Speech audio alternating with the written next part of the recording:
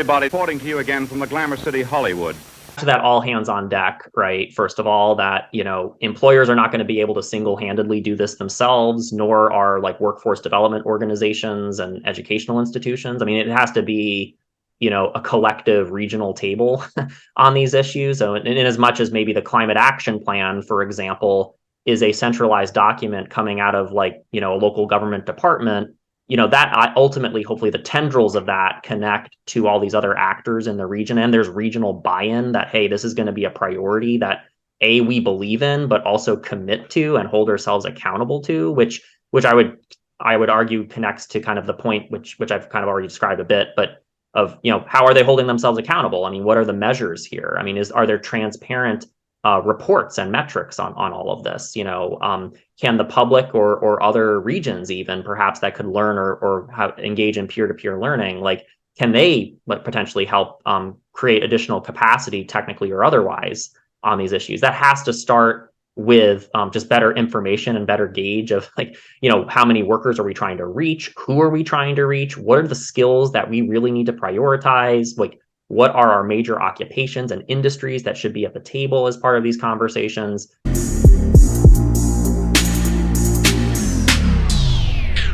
If you love listening to this show, please consider giving a rating and a review on Amazon Alexa or wherever you listen. We want to continue bringing you this amazing content, and part of our ability to do that means that we need a big audience. Now, it may not seem like much, but rating and reviewing the show will help more people find us, just like how you found this show. Simply on any podcast platform, search for a show, scroll down to the bottom, and push 5 stars. It's that easy. Thanks for supporting the show.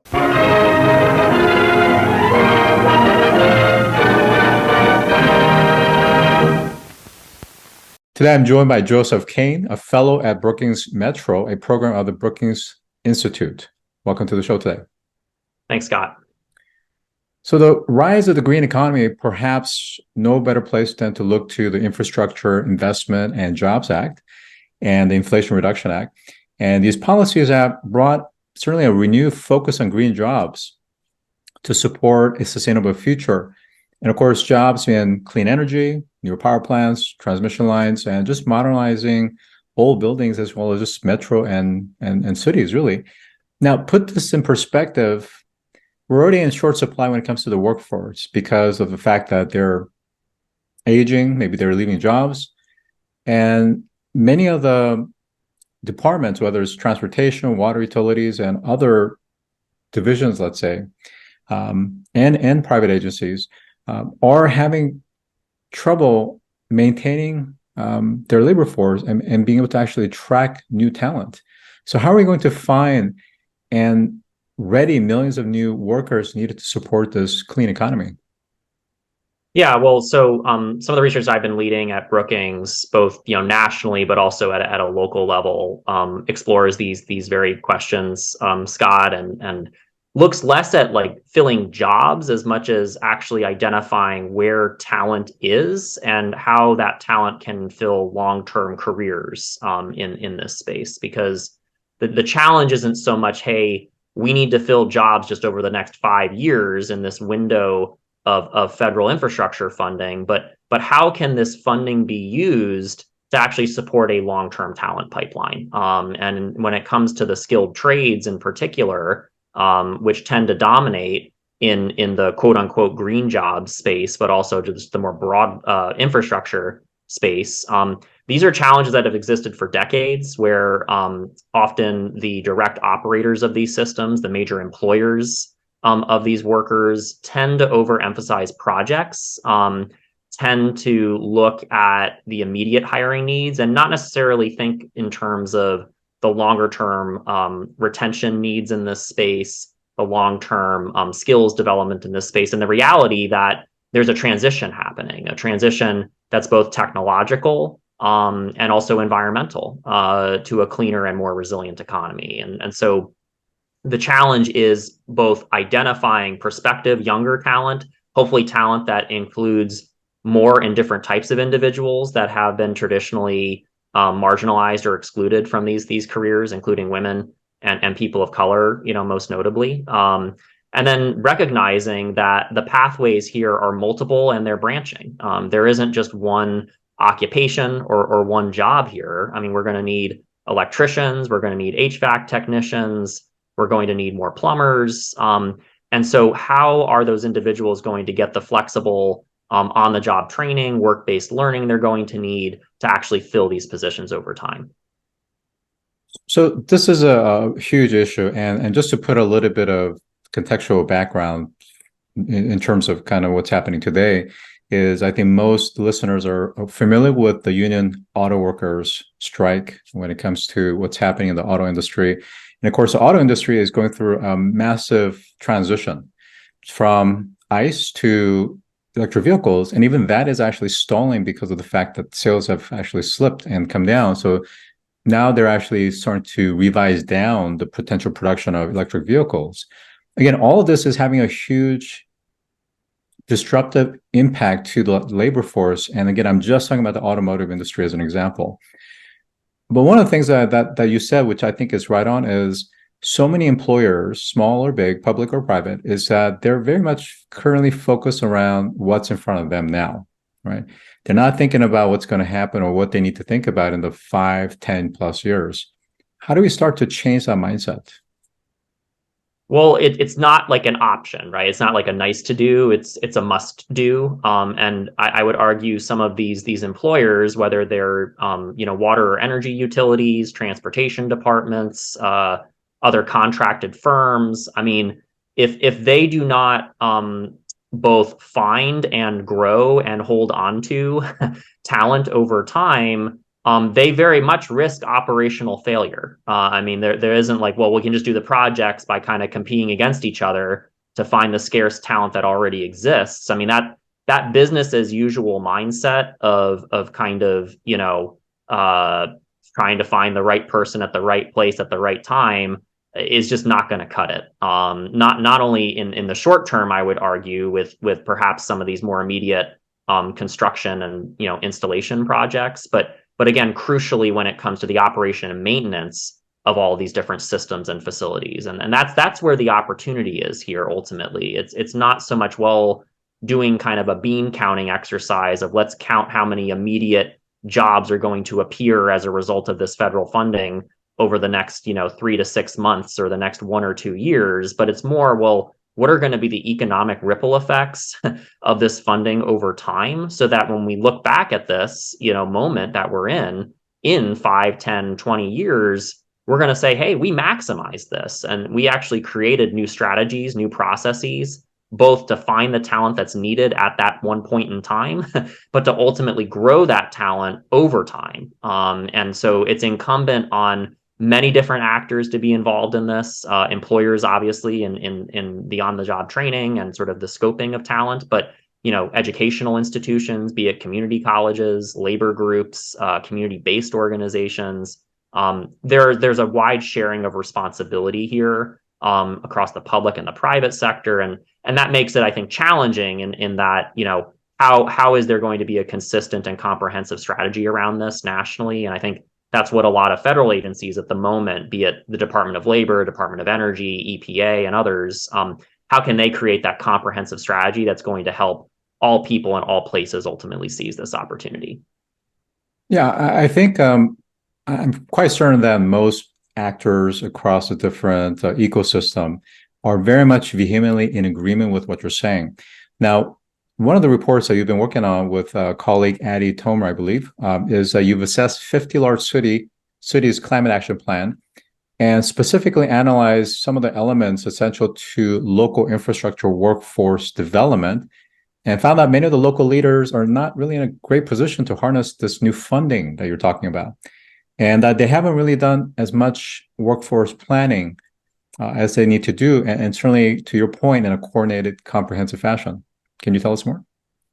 That's right. So this report that we did, that's available on the Brookings website, looks at 50 large cities across the United States, specifically at their climate action plans. So centralized documents that are meant to spell out some of the goals and priorities in terms of their climate investments over the next few decades, in many cases, be it in terms of energy, transportation, buildings, other other built environment issues. And we very specifically examined them to see, well, what are they saying about workforce development? Maybe they can clearly identify where they need to spend money in terms of sort of the physical new stuff, the shiny new objects that need to be and are essential, toward this transition to a cleaner and more resilient economy. But are they talking about, the workers, the talent that's going to be needed to oversee all these improvements? And for the most part, we saw that, the vast majority of these cities do at least mention, workers. They mention jobs. They mention, yes, by making these investments, we can support many good jobs over time. But when you start to look, between the lines a little bit and see, well, what sort of partners are they talking about here? Are they talking about educational institutions? Are they talking about, the role of labor? And fewer tend to go into detail on that. Even fewer go into detail on like specific timelines, specific benchmarks they're setting of what sort of priority occupations or industries are they going to target with these efforts. What sort of funding outside of the federal funding we were just talking about, what sort of local funding is going to be in place over time to support these training efforts. And often a lot of places, fewer than 20% of places have much detail on that in their climate action plan. So, climate action plans in themselves are not intended to be workforce documents. I mean, there are other plans and programs often in these markets that touch on workforce development, but you would think as centralized documents that spell out climate priorities and actions that, they would say a little bit more about workforce development. And we found that there was pretty considerable gaps in that respect, which I think is concerning, just as at a time where this federal funding is hitting, our place is in a position to really maximize that. Well, we've had guests from, let's say, universities, especially in the South, for example, as well as government agencies that are involved in innovation and certainly rolling out some of these fiscal dollars and green-oriented projects, whether it's battery, renewables, or whatnot. And clearly, one of the biggest emphasis that they're taking is around workforce development and specifically working with the universities and the surrounding educational institutions, but also with the private and public sector to partner up and give those people opportunities to intern and really have hands-on development and work skill. Because again, I think one of the things that we haven't really talked about, but I think it's there, kind of under the level, is that the jobs of tomorrow are not exactly the same as the jobs of today. So part of the reason I think there isn't that appeal for people to go into, let's say, factory or manufacturing is it just isn't as sexy anymore. But then the future of, let's say, EV or battery development or anything of that sort may very much deal with AI, may deal with virtual reality or robotics, and it requires new talent skills, new capabilities, and new skill sets. How does that change everything? And where are we missing? What's happening? And is it really the responsibility of the metros and the cities to develop these workforce, or is that really something that the private sector should lead?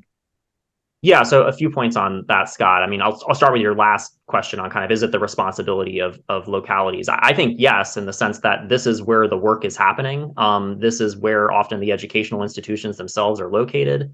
This is where our major infrastructure owners and operators are located. I mean, in terms of transportation and water spending each year, I mean, more than 3/4 of that happens at a state and local level. So, I mean, the reality of how we own and operate all these systems fundamentally is regional in nature across the United States. It's highly localized, it's highly fragmented, it's also highly siloed, which I think gets to one of your other points of, well, why aren't places always doing this consistently? It's, well, workforce people certainly acknowledge, the need and the opportunity here. I think, infrastructure people do as well, but the challenge is that infrastructure entities may not always coordinate with workforce entities and vice versa.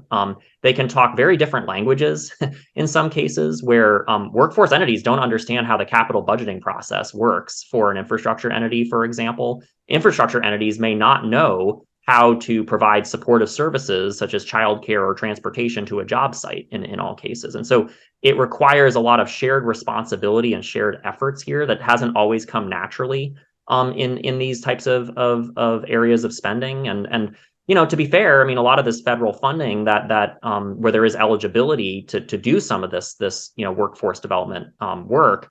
I mean, the infrastructure entities are the only eligible ones to receive that money. It's not like workforce entities are going to get tons and tons of money here to help with these sorts of efforts. So it's incumbent on these infrastructure entities not just to have a project first mindset and then kind of think of the workforce issues after the fact. I mean, they have to look at them in tandem, I would argue, and that's probably going to require insight, if not outright partnership, with some of these other entities that are not going to get a lot of money out of this federal funding. So there's a new dance that needs to happen here that breaks free, I would argue, or should break free from these business as usual processes. And I'm not saying that some places aren't doing this already. I mean, some places have been doing climate planning for 30 plus years. I mean, you can look at the usual suspects of like Portland, Oregon, or San Francisco, or, there are a lot of places across the country that have been on multiple iterations of this, have pretty strong partnerships with some of these organizations and are more ready to hit the ground running when this federal funding comes into play. But that isn't common everywhere, right? And so, if this is going to be the rising tide that lifts all boats, I would argue more regions need to have a consistent approach on this versus it being kind of very ad hoc and scattershot where only a few places are actually doing something. So let's take something concrete like offshore wind development, for instance. There's projects that's been kind of stalling off New Jersey. There's projects off the coast in towards Florida, for example.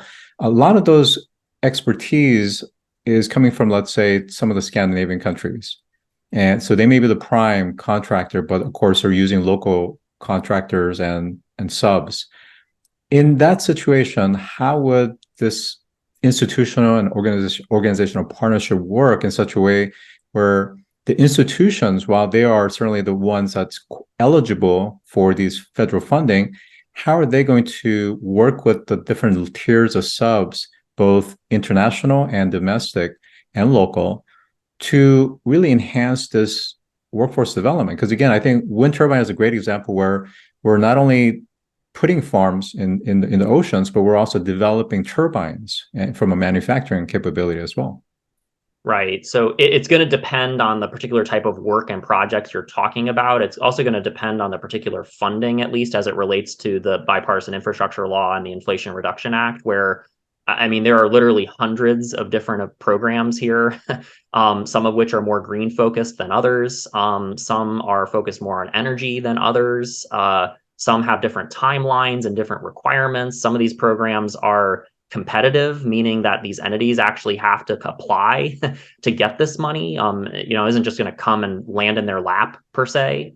So it is again incumbent on some of these entities to demonstrate how they would rethink or how they would prioritize some of these workforce development issues. And in fact, there's a huge federal carrot for them to do so. And so I think that's part of the incentive anyway, right, from some of this legislation, particularly in the IRA, where many different tax credits, for example, geared towards both producers and consumers, here, where there are prevailing wage requirements, there are apprenticeship requirements, and the devil's in the details ultimately, and I don't have the crystal ball of how that's all going to play out. There's still a lot of uncertainty on this. Unfortunately, a lot of our indicators are very lagging on all of this, of even what is our starting point on some of this stuff. So you can talk to an individual employer about an individual project, and they may have certain hiring needs, but that could be very different than another employer dealing with another project, even in the same region. And so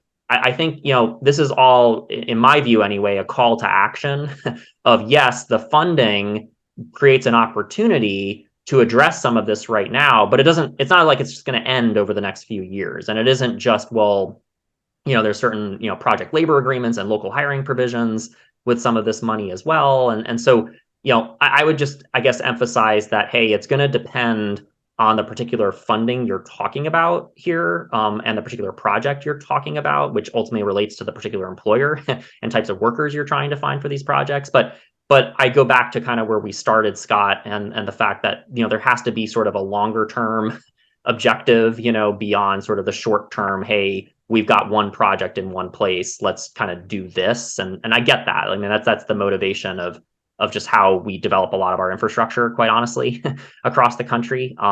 But it needs to, I would argue, the workforce development needs here are more timeless, and they need to go beyond any given project in any given place. And just to give a little bit more quantitative data, I believe according to your report, only 11 of the 50 cities included information on funding or any kind of additional programmatic support for workforce development. Only 9 out of 50 cities including specific dates, benchmarks, or timelines for workforce development. Again, while it's very easy to, let's say, be harsh on some of these cities, talk to us about some of the complexities and why it's so hard for them to get very granular and detailed.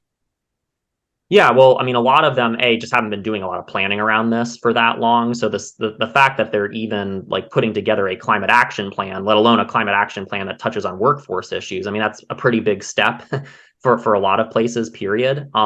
So, the starting points are widely different, across the country here.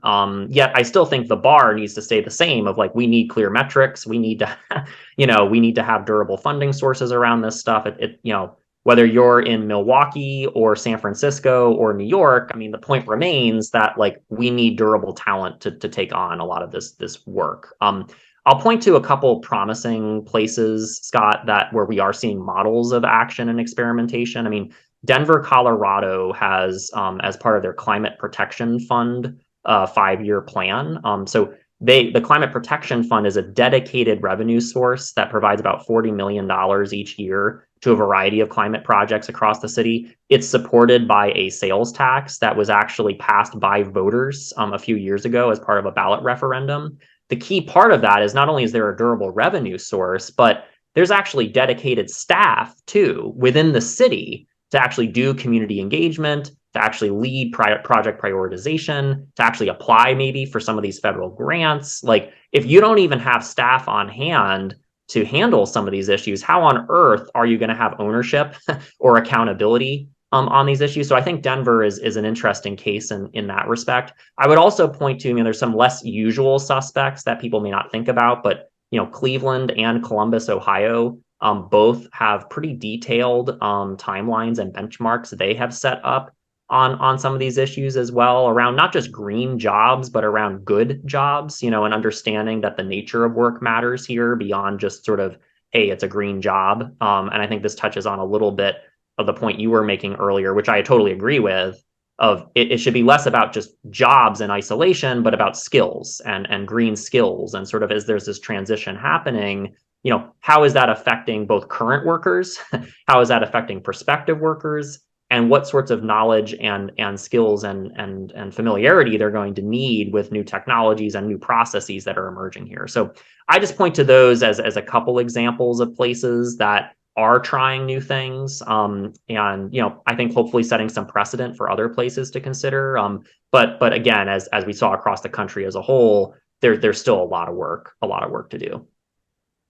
I mean, I think the good news is when we think about, let's say 5-10 years ago and more around the topics of sustainable cities, smart cities, let's say, we definitely saw that internationally anyways, that it was the cities that was actually taking the lead on a lot of these innovations and new types of transformation within city context. And with that said, of course, there's a variety spectrum in terms of skills, budget. I mean, the fact that many are not going to have dedicated staff for some of these, specific types of work or planning that needs to happen, for instance. And they're very much contingent upon different forms of tax revenues, and some recurrent, some may not be. So it's very challenging in terms of the constraints that they're working with. But if you had to say, just kind of across the board, what are a handful of kind of best practices or things that they need to be considering now based on this report? Well, I go back to that all hands on deck, right? First of all, that, employers are not going to be able to single-handedly do this themselves, nor are like workforce development organizations and educational institutions. I mean, it has to be, a collective regional table on these issues. So in as much as maybe the climate action plan, for example, is a centralized document coming out of like, a local government department, that ultimately, hopefully the tendrils of that connect to all these other actors in the region. And there's regional buy-in that, hey, this is going to be a priority that we believe in, but also commit to and hold ourselves accountable to, which I would I would argue connects to kind of the point which I've kind of already described a bit, but of, how are they holding themselves accountable? I mean, what are the measures here? I mean, are there transparent reports and metrics on all of this? Can the public or other regions even perhaps that could learn or engage in peer-to-peer learning, like can they potentially help create additional capacity technically or otherwise on these issues? That has to start with just better information and better gauge of how many workers are we trying to reach? Who are we trying to reach? What are the skills that we really need to prioritize? What are our major occupations and industries that should be at the table as part of these conversations? That has to be all part of it as well. And then I'd say third, beyond kind of this regional table and sort of this need for metrics, third, I would point back to still like the funding question here. I mean, that is still the elephant in the room. I mean, even amid obviously all this federal infrastructure funding hitting. I mean, this federal infrastructure funding, while it's, generational, historic, it's not infinite. And, I would argue, I mean, some places, I mean, we're 2+ years now in since the bipartisan infrastructure law passed. We're more than a year in since the IRA passed. I mean, it isn't going to last forever. Like the runway isn't forever here. And so to the extent that places are using some of this funding and braiding it in ways with perhaps local revenues and other sources, like hopefully that can provide more durable ways to actually support programming here. Because if places are just kind of lunging at pots of money here over the next year or two without much intentionality of where they're going to be in 5 or 10 years, we're once again, I think, leapfrogging and maybe even kicking the can down the road on some of these issues when we're going to have fewer resources probably to address them. So my hope would be that they can hopefully address some of this through not just the near-term federal funding, but use that funding in a way to generate additional support regionally on some of these issues. And my last question isn't necessarily specific to this study, and I'm not sure if you'll be able to speak to it per se, but let's focus on the actual workers themselves. How do we know that there's going to be willingness from the broad-based mainstream workers to want to come into this industry? So give you an example. What I'm saying is during COVID, we saw that very kind of the prime age for working, 30 to 50, especially men, kind of withdrew themselves from the workforce. And, some even argue that many of them have not re-entered the workforce, and it's not really being captured by the unemployment data set, for example. So that's one. On the other hand, you got, issues around, let's say, robotics, generative AI, other forms of AI that's coming in, again, within the kind of umbrella of co-pilot, but nonetheless, there's going to be some level of displacement. So you got people that are going to get displaced, but yet there are people that are maybe reluctant to enter the workforce. And then the kind of skills that's needed for the green economy are going to be potentially very vastly different, right? Chemistry, physics, mathematics, engineering, I don't know. How do we make sure that there's actually going to be not just a pool, but a willing pool of people that's willing to retrain and work in these new economies? Well, it all goes back to awareness and visibility in many cases, particularly for prospective workers. A lot of them don't quite, I mean, when you say like a green job, I mean, that has such an amorphous kind of, I think, connotation for a lot of people. I mean, more people, I think, think, well, yeah, I know like an electrician, right? Or I know, a plumber, or, that's more tangible, I think, to a lot of individuals. And when you're talking about, students, even, post-secondary, like education, right? I mean, like in high school, for example, who don't even have shop class like they did years ago. When we think some of these infrastructure assets can be really out of sight, out of mind, that they aren't exposed early and often to what a green career is. But there's huge potential here too, because we know among younger individuals in particular, there's a huge interest and upswell in even protesting, right? On that, there needs to be more action around these issues. Well, no better place to start than look in the mirror, right? And perhaps take a role in what might be a green career. And so there needs to be greater visibility and awareness, and that starts obviously with some of the employers, right? I mean, there could be mentorship opportunities, internship opportunities, even demonstration projects in communities, so that individuals can even understand what this work entails. I think you bring up a very important point, though, Scott, on those who may be further along in their career, who may be 40, 50 years old, huge need for retraining and reskilling here as well. And so the whole, when I say pipeline, it's both the beginning of that pipeline that matters. It's also the middle of that pipeline that matters, and recognizing that there is an end to that pipeline too. And so, as we have a lot of older workers, which a lot of them tend to be in some of these skilled trades fields, tremendous knowledge there, and a need for knowledge transfer. and you would hope that as there is this sort of passing of the torch, so to speak, that there is someone there to pick up the torch along the way, and that includes both younger prospective workers, but also workers in the middle of their careers. And for them, it's maybe, I think, trite to be like, well, yeah, just become an electrician, right? Or like if you're unemployed or underemployed, I mean, you may not have the time or resources to make that sort of transition, although you may have some skills and experience that could apply, right? But so, my hope is that some of this funding and hopefully some of the efforts that some individual employers are leading at the moment, and there are a lot of good stories on this across the country, they're providing more of those flexible, nimble ways for people to make those transitions. Again, supportive services are a big part of this. Of, well, if you're an unemployed mother, right, and you need childcare, like, is that something that could potentially come about here as well? So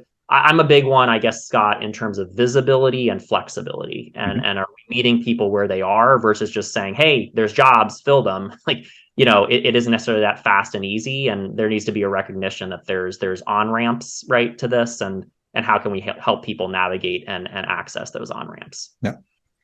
Well, lots of complexities, lots of opportunities and challenges. Thank you for that. I've been joined by Joseph Kane, a fellow at Brookings Metro. Thank you for joining today.